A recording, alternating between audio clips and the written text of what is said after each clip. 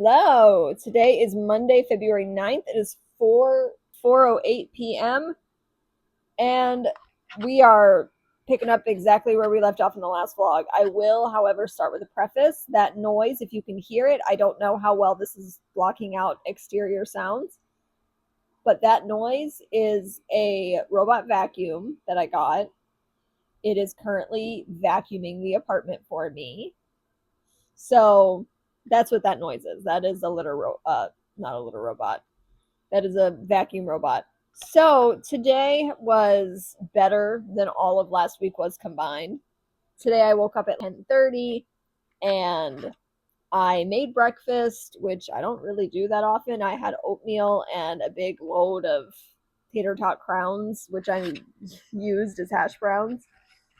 My groceries got here. I put them away. I cleaned everything up. I cleaned off my fridge calendar and I plan to fill that in today at some point. I went to a couple meetings. I meditated, and then I've been doing coursework all day. I'm catching up on the stuff that I missed last week, and I am leaving submission comments to my professors being like, hey, sorry, I was sick last week. I didn't turn anything in. I know, I'm sorry. And so today's been pretty productive. I went to a support group meeting, and then I tried to go to the Heart Smart webinar that I wanted to go to. It's through Silver Sneakers, which is a program through my insurance. And it was a webinar about how to stay heart healthy. And the webinar ended up canceling halfway through due to some issue on the host's end, which was really sad. I was really enjoying it, but I did go to it. And I have a cooking webinar that's starting here in a few minutes that I want to go to as well. And then I have a yoga class that I want to do this evening. And if I don't do it for some reason, then I'm going to go walk on my treadmill for that time. And then I have a meditation at 8:15 and then another support group meeting at 8:30 p.m. Just support groups that I want to go to. The two support groups I mentioned are ones that I just want to go to. I'm not hosting them. I'm just going to them. But so I am probably going to go to that cooking webinar that I just mentioned and then keep working on coursework. I don't know. I might watch the cooking webinar and then go make lunch, actually. Go make lunch and then continue with coursework. I don't know. I'll see how I feel after the webinar. I might do some coursework. I might start some and then go make food and then continue coursework while I cook. I don't know. I'll have to see, because I do know that I need to finish the coursework from last week today at least, so that I can just get back on track, do my coursework as it's due this week instead of what I did last week, which was fuck it all up. But I need to get that coursework done today at the latest for myself. And then maybe I'll work on some other stuff. I might work on some wild child literature writing. I know that I want to write Catholic and Cowgirl, and I know that I need to edit a few vlogs as well. So I guess we'll have to see how the rest of today goes. It is only 4:13 now. So I think I'm going to go for now, and I'm going to try and get some of my to-do list done and get some of the things on my daily to-do list done. And we're going to try to have a good day. I'll talk to you guys later. Hey, y'all. Actually, hang on. My mic. I hope it doesn't click more. Here's to hoping this isn't clicking. I don't know.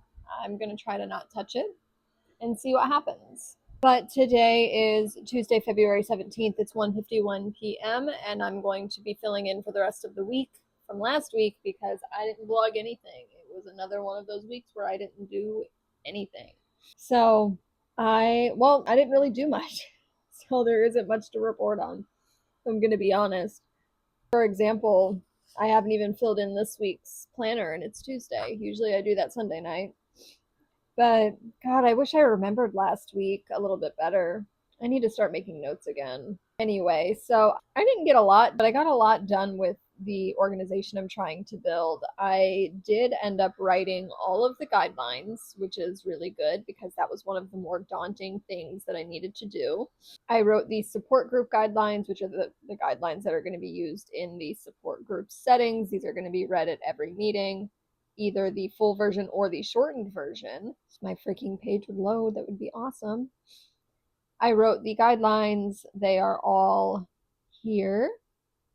And then I wrote the virtual event guidelines, which are going to be slightly different because this is more of a community space than it's going to be more of a community space than it is going to be somewhere to vent or to talk about heavy stuff. So this is more like it needed to be lined out. Hey, this is a different space. This is a place to come and enjoy each other's company and stuff like that. So that's those guidelines. And then I put the Discord guidelines in here just so that all of my guidelines are in the same space. Also, I'm looking over here because I'm looking at the Google form. And then I wrote the committee guidelines, which are business meeting-esque guidelines, because that's going to be a business space. It's not really business, but it's going to be more for committees and subcommittees, which is like, we're not having fun there. We're here to participate. And the point of the committee stuff is more so to have it be somewhere where we are planning. We're planning stuff. We're advancing the organization's operations and mission. This isn't a space for trauma processing or personal sharing or anything like that. It's more to contribute to the organization and to better the organization as a community. So those have a different set of guidelines as well. And then I have additional safety guidelines, and this is specifically for child on child sexual abuse stuff, specifically for people who have perpetrated, who are on the perpetrating end of COSCA. This is just guidelines to be like, hey, if you have perpetrated, you're allowed to come here. Child on child, if you have perpetrated against a child as a child yourself, you're allowed to come. However, these are the conditions and requirements that you need to meet in order to participate. Because I do understand that there are instances where something is technically COSCA, but it's highly inappropriate and predatory. For example, a 17-year-old and a 6-year-old. So this is for people who have perpetrated against another child as a child themselves, who were being perpetrated against either before or at the time of the abuse that they were inflicting upon somebody else. And so they just need to make 3 conditions, and then they also need to adhere to some additional participation guidelines about their own experiences. So they need to be a survivor themselves. They need to take accountability and acknowledge that their actions were harmful, and then also that they're not currently perpetrating at all against anybody, nor are they engaging in sexually harmful behavior towards anybody or in practice or fantasy. So even if they're thinking about it. And then also the participation guidelines. You can share about guilt, shame, remorse related to your past actions. You can talk about your own experiences, how the trauma influenced your understanding of appropriate behavior without excusing your behavior. Process the complexity of being a victim and somebody who caused harm, and then also seeking support for healing. But you can't talk about what you did to the other kid. You can't minimize or justify your own actions. And then you can't discuss any current struggles with inappropriate attractions or urges towards children. And this is so that we can give all survivors a space while also keeping our members safe. Because that is my highest priority, is keeping people safe. And while this isn't a space where perpetrators are allowed, I do understand that COSCA is very nuanced, it's very complicated, and it deserves more attention, and it deserves more approaches that in a lot of cases children aren't really understanding what they're doing. And again, children, I'm not referring to 17-year-olds. I'm referring to kids. And I would like to preface, well, I guess it isn't really a preface. And I would like to end this argument, I guess, or this explanation with, I am on the survivor end of COSCA. I have been impacted by another child that has happened to me in my lifetime. So I feel like I have a little bit of a leg to stand on with this stuff. I'm not just talking out my ass. I genuinely feel like the perpetrating end of children, specifically the children who are victims themselves, and they genuinely did not understand what they were doing, genuinely did not have the ability to either understand boundaries or whatever it is. I understand that there is a group of children, of adults now, who engaged in COSCA and regret it, feel guilty, feel whatever about it now. And I just want to have a space for them as well. I want them to feel welcome. I want them to come, and I want them to have a space so that they can heal, because they are excluded from a lot of survivor spaces because they are technically a perpetrator. If though I think it's very different than when an adult or an older teenager, again, like a 17-year-old and a 6-year-old, that is predatory. I'm sorry, I don't care if it's technically Koska, that is predatory, even if you're a survivor. And also, let me say, my dad is a survivor, fun fact. And for those of you who might be stumbling across this video who don't know about my dad is a serial pedophile and rapist, allegedly. And I have to say that legally because I couldn't take him to court, and I'm trying to cover my own ass. However, it's not alleged to me because I was there. However, I don't want him to try and come for me, so allegedly. But anyway, so for example, my dad wouldn't count. He's a perpetrator. I don't care that he's a survivor, and I don't care if you're a survivor who harmed a child as an adult or as an older teen. I don't care. However, this is specifically for children who caused harm long before they understood what they were doing or anything like that. But anyway, I did get all of my guidelines written. I just need to run them through a friend of mine to make sure that everything is worded right, everything is worded in a way that sounds appropriate before adding it to the website and adding it to the Discord server. I also wrote the promises, and I also wrote the promises and the affirmations, which has been great. I got a lot of writing done now that I'm thinking about it for the organization this past week, because that is a lot of stuff to write. Let me just say, it's a lot of shit that I had to write. But I did get all of that written, and I think that's kind of all I did last week. Well, no, I ended up returning. No, that was yesterday. Never mind. I took out the trash. I groomed my cats. Actually, no, that was last week. I returned my burners. The burners that I told you that I bought because my last one's broke and now I have to use my stove. I ended up returning the burners, finally. I got a box that could fit them. So I did return the burners. Somebody came yesterday and got them. And that is technically this week, but whatever. I will talk more about that in the clip I'm probably about to start recording. I did none of my coursework last week, fun fact. Oh, I did also write for Catholic and Cowgirl last week too. Let me see if I can pull it up. I remember what I wrote, but I don't exactly. I remember what I wrote, but not everything. So let me go look at my docs. Which one? Is it this one? What are we doing? So I wrote the overview, and the overview is everything. The overview is the entire story, and I wrote the entire overview, and I've been breaking it up into episodes, and I marked where I left off at in the episodes. I got all the way to episode 20, and I'm a little bit over halfway. So I'm thinking that Catholic and Cowgirl is going to be about 40 to 50 episodes long, maybe a little bit longer if I end up deciding to split these up into shorter things, just because it's kind of a lot. Some of this is kind of a lot. But so I currently have 20 episodes not lined up, but the synopsis for the episode is written out. And I believe that's about halfway. It's a little bit more than halfway through the entire thing. I only have about 2 large paragraphs left. And honestly, these 2 large paragraphs are the big climactic part of the thing. It's the climax and the ending. Because the climax happens and then it kind of ends very shortly after. However, there is, and I think I've talked about this before, there is opportunity for it to turn into another secondary spin-off series. And it's going to be determined whether or not that happens based on how people feel about it and the engagement that I get on it. If I'm not getting a whole lot of engagement, or additionally, if I need more time working on Painter's Daughter. Sorry, my robot vacuum. It hit the second tower. No, it hit my ring light. Sir, the robot vacuum hit the ring light.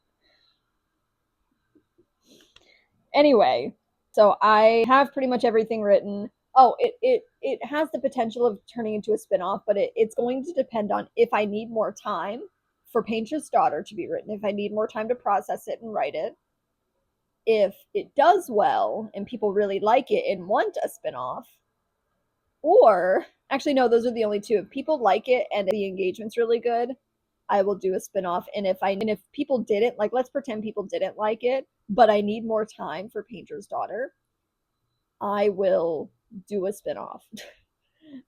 But if there's no spinoff, then I will just draw stuff for it as I'm wanting to, if that makes sense. If I have the desire to draw something related to the spinoff, it will get drawn, it will get talked about. But if I don't want to do that, then I'm not going to, and it's not going to be on the schedule. But that's the plan. So I have most of Catholic and Cowgirl written, which is nice.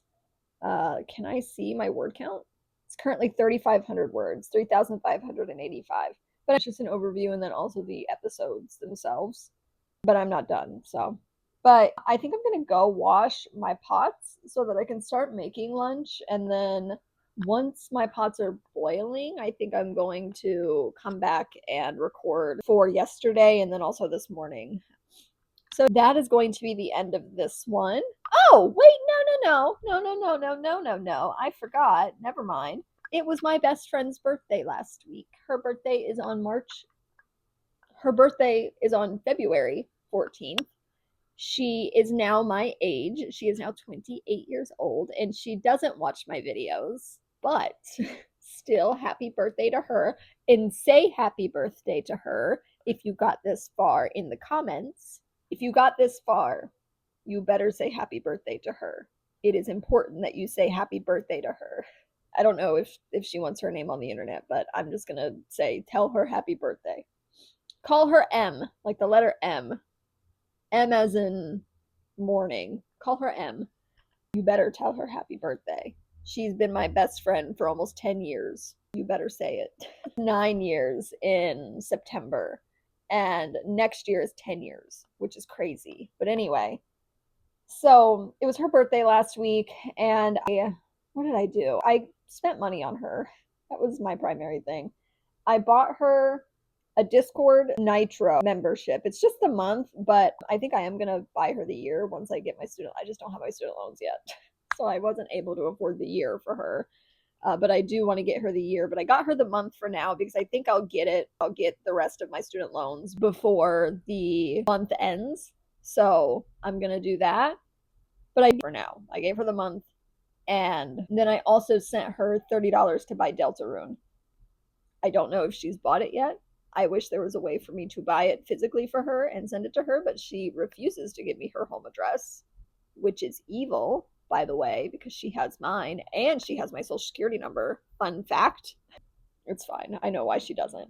And it's not anything personal. Let me put that out there now before people put pieces together and shit. It's not anything personal. She just doesn't like giving that information out to anybody.